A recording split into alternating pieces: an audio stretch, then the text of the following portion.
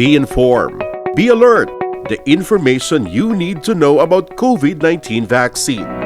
Right here, right now, on THEVAX.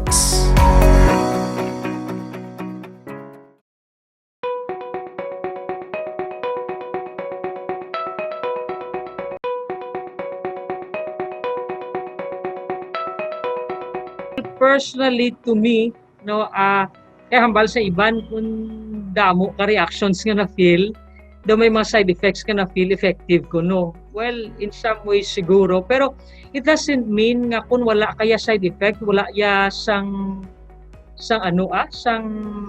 immunity ka nga na-develop ang body mo, wala siya nag-react sa vaccine, wala ang vaccine naka-trigger sa immunity mo, hindi wala mo na nahambal sa mga studies.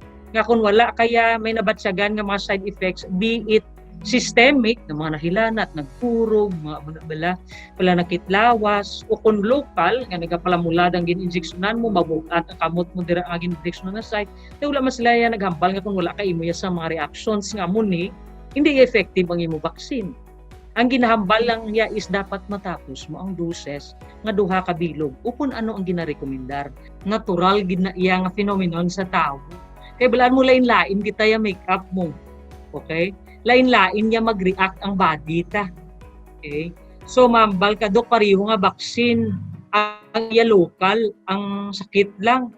Pariho nga vaccine nag-headache sa yaya. Okay? So systemic. Kay ang tao lain-lain ang makeup.